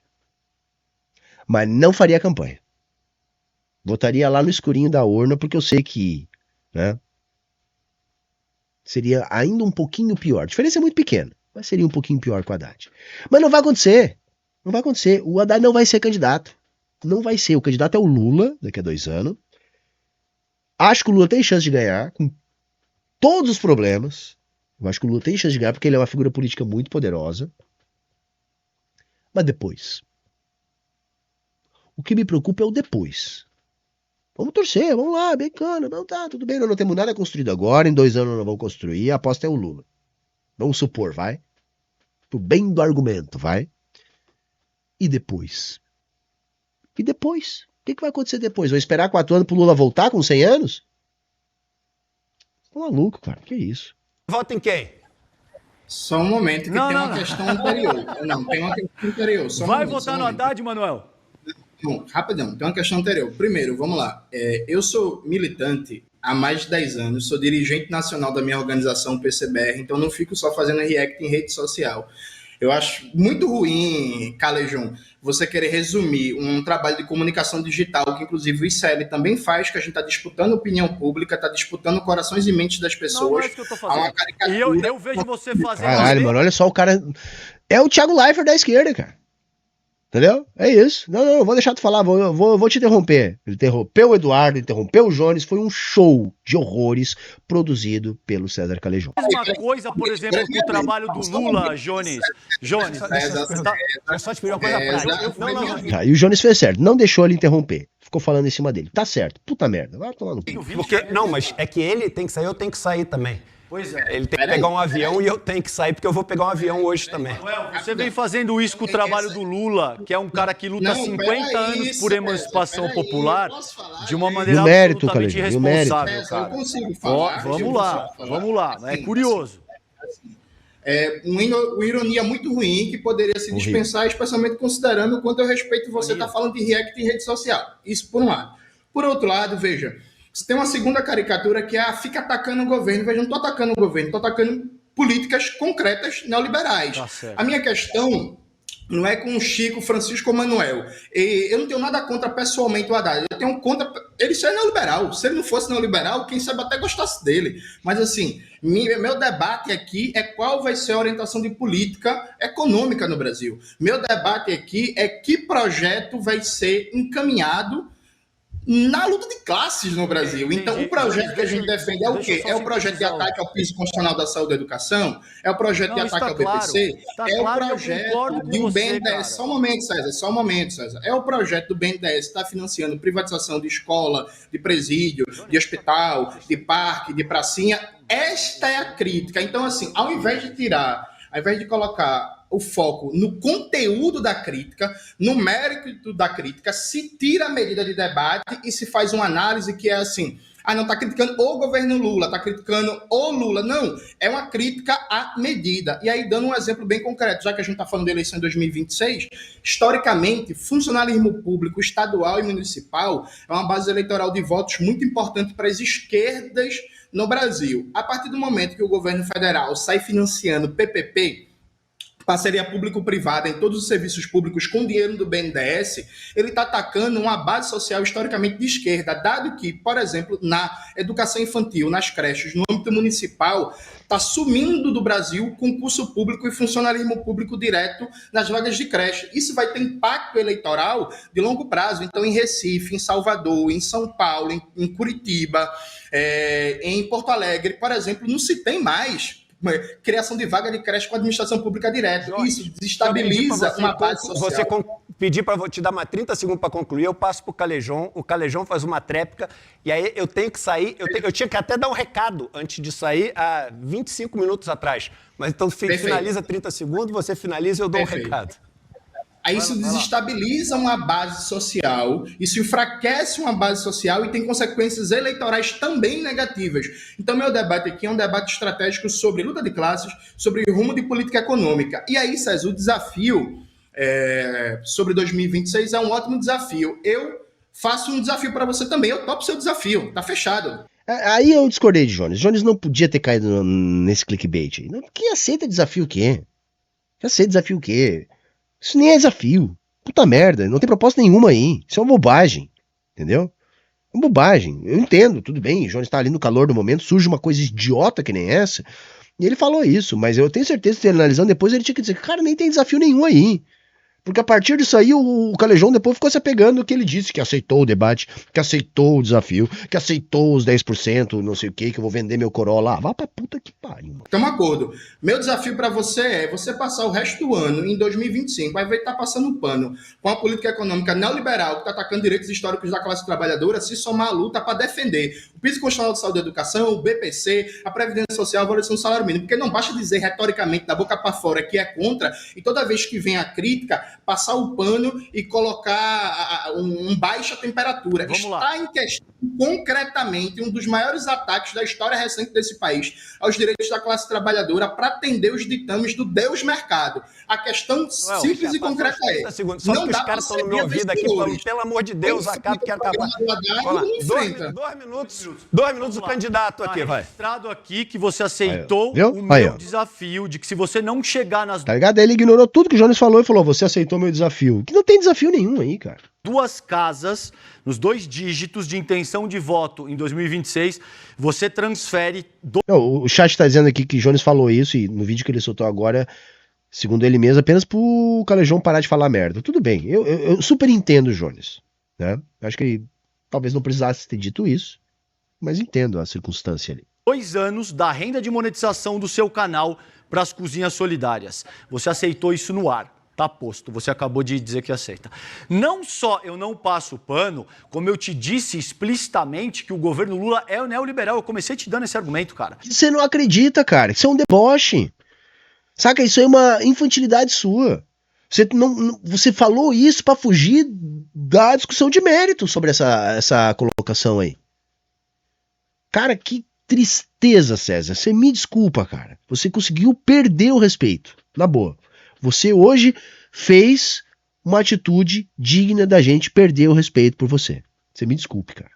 Eu, desde o começo do nosso debate, não hoje, em outra ocasião, eu te disse, eu concordo que tá errado mexer em BPC, que tá errado. Tu concorda, mas qualquer um que critique, tu fala mal. Eu concordo que tá errado, mas não vou falar nada, vou ficar quieto, porque, né? Porra, aí senão o Bolsonaro volta. Errado desvincular piso constitucional do que quer que seja, que eu sou contra a privatização de SUS. Isso está posto. Ninguém está passando pano aqui, Jones. Agora a questão é o seguinte, atacar sistematicamente faz com que as suas falas, por exemplo, estejam sendo usadas por um cara como Kim Paim, cara. Um ícone da extrema-direita. Entendeu? Agora é culpa do Jones. Outro dia eu fiz uma postagem no Face, não, mentira, no Twitter, no X, a imbecil lá do Te Atualizei compartilhou. A culpa é minha agora, porque a pessoa tira de contexto para fazer uma politicagem em cima de uma coisa que é real, concreta e que eu subscrevo. Então o Jones tem que se responsabilizar pelo Kim Paim. Mano, puta merda, mano. Cara, que coisa horrorosa. Tá te chamando de nosso companheiro. E esse material tá viralizando. Então, isso... Foda-se o Kim Paim, foda-se se tá viralizando. Foda-se, não dê margem para que o Jones fale isso. Aí pronto, não vai ter compartilhamento, foda-se. Isso é, sim, um ataque. Não tenho a menor dúvida. E isso é muito ruim.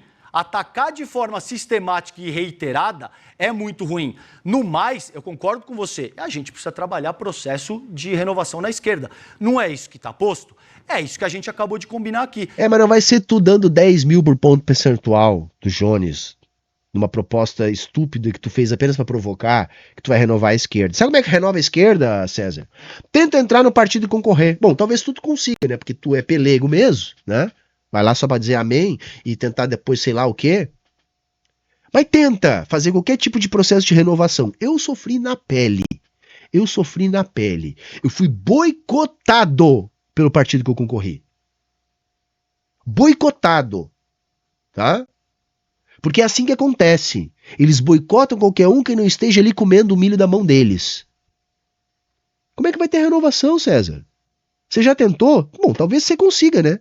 Você vai lá pra dizer amém. Agora, qualquer um que não esteja indo pra dizer amém, os caras te boicotam, tá? Te boicotam. Se você chegar até os... Eu não sou rico, não tenho esse dinheiro sobrando, tá? E se isso for o caso... E, Jones, eu voto em você, cara. Eu espero que seja, porque eu honestamente acho que a gente precisa de um processo de renovação. Eu vendo o Corolla 2015 que eu tenho... Sabe por que ele tá dizendo isso? Por causa da lapada seca que ele tomou do Edu, que o Edu jogou na cara dele que ele é um branco rico, falando que vai dar 10 mil por ponto percentual. Que ele chegou a ficar vermelho ali. Aí agora ele vem com esse papo, eu sou pobre, tem um Corolla 2015 que eu vou vender, vou raspar pra te dar.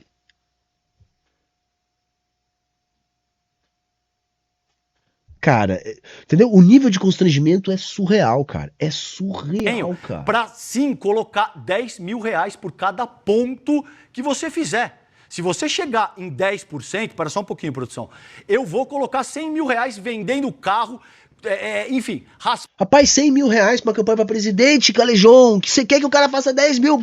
Entendeu o que é uma não proposta? Não é proposta. Isso é um deboche. O Calejon sentou ali e do início ao fim o que ele fez foi provocação e deboche. raspando tudo que eu tenho nos cobres para fortalecer a tua campanha. Se você não chegar nos 10%, você vai converter 2 anos de renda do teu canal de monetização para as cozinhas solidárias. Você aceitou isso no ar, tá posto. Eu vou conversar com eles. Poxa. No mais, não tem passação de pano nenhuma. Eu concordo que o que tem que ser criticado será criticado e também me preocupa fazer essa crítica sem ter nenhum outro projeto de disputa política organizado para 2026. Esse é meu ponto. O Edu te perguntou, ao fim e ao cabo, você vai votar em quem? Se for Haddad e Bolsonaro. Você não respondeu. É minha vez de falar? Por favor. Perfeito. Veja, César, eu vou ser muito Cara, sincero. essa cena aí, ó, olha ali, cara. Olha ele. O Edu com as 2 mãos na cabeça, cara. Caralho, mano. Caralho, cara. Caralho. Contigo. Pra mim, assim, o que tu tá praticando aqui é um cinismo escancarado. Porque tu fala... Começou o ataque pessoal, cara. Não, mas o Jones tinha que dizer isso, cara. Eu acho que o Jones até aguentou muito tempo. Eu teria coringado antes. Porque é um cinismo do caralho, é uma não proposta. Pra aí o Calejon ir lá e botar, né? Stories, já, olha só, o Jones não aguentou e partiu pro ataque pessoal. Cara, na boa. Que coisa horrorosa. Que coisa horrorosa, mano. Vamos fazer isso. Eu posso propor? Eu vou propor um negócio legal. Aí agora o Edu tentando ser o adulto da sala. E o Jones só tem que rir, cara. Eu não sei, eu não ia rir, porque o Jones ele é um monge budista perto de mim. Eu já ia estar gritando com o dedo em riste, chamando o Calejon de tudo que é coisa que viesse na minha cabeça, entendeu? Porque eu ainda tenho esse problema, é um defeito meu, eu não tô falando isso com orgulho não, tá? Porque depois eu tenho que responder os processinhos, entendeu? Mas é assim, cara, eu não ia ter a paciência que Jones teve, entendeu? Eu ia ter coringado muito antes, cara, muito antes mesmo. legal, vocês vão gostar. Me permita agora. Não. Me permita. Agora aqui, ó. Vou usar.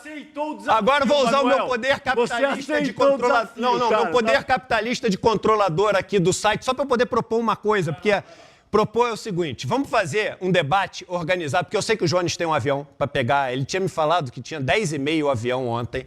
Eu tenho que sair também, porque eu tenho um compromisso 10 horas e hoje à noite eu vou viajar. É sobre isso o meu recado. Vamos fazer um bate-papo entre você e o Calejon com tempo? Você topa, Jones, da gente fazer aqui no ICL? Edu, esse bate-papo estava marcado já, o Calejon desistiu de debater comigo. Não sou eu não desisti como eu pedi pra entrar antes hoje no Tá programa, marcado. Jones. Tá marcado. Entendeu? Olha só. Cara, eu vou encerrar aí. Que eu já tô há muito tempo aqui, tô cansado, tô pô de gripe, peço desculpa, tô aqui com essa coisa horrorosa aqui, enfim, que era a única coisa que eu tinha perto aqui. Mas assim, cara, é aquilo que eu falei no início. Os dois estavam de boa. Teve a proposta do debate. E Calejon declinou. Porque seria um debate onde ambos estariam lá pra isso. E aí o Calejon, na minha interpretação, tentou armar uma cama de gato pro Jones aqui. Eu vou entrar lá agora de supetão, pegar Jones desprevenido e vou fazer o debate que eu não quis fazer de maneira séria e organizada. E aí agora o Edu propôs, não, então tá, vamos fazer o debate entre vocês. E aí é lógico que o Calejon ficou com vergonha de dizer que fez isso. Mas eu cansei, galera, cansei pra caralho. Deem like, tá, gente? Deem like, ajudem esse vídeo a chegar mais longe, porque esse debate é importante, tá? Esse debate é importante. Tá bom, gente? Se você chegou até aqui, por favor, comenta aí, ajuda, confere se está inscrito, acessa aqui o comentário fixado, tem lá o nosso link pro ICL, né? Se matriculando lá em algum curso a partir do meu link, ajuda aqui também, tá? E era isso. Falou, valeu, tchau, tchau e até a próxima.